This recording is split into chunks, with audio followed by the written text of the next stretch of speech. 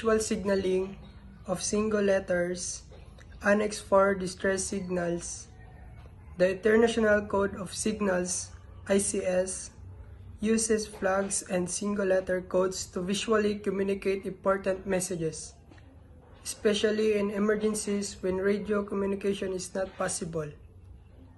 Each letter of the alphabet corresponds to a specific message. For example, N, November plus C, Charlie.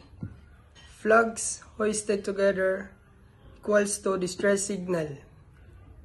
Single letter flag V, Victor, is I require assistance. And W, Whiskey, is I require medical assistance.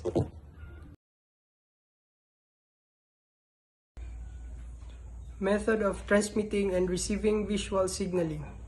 Ships hoist signal flags, one or more letters on the signal mast during daylight. The receiving vessel, or VTS, uses binoculars or naked eye to observe the flags.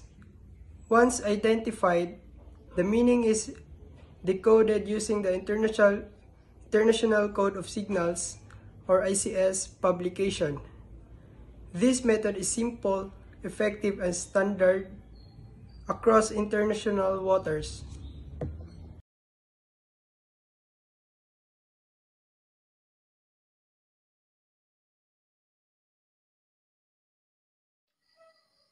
Talok to BTS. This is motor vessel Ocean Star. We are hosting Flag Whiskey.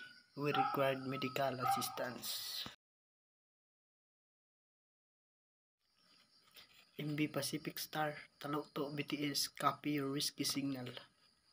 Medical team on standby at your arrival. Please provide details.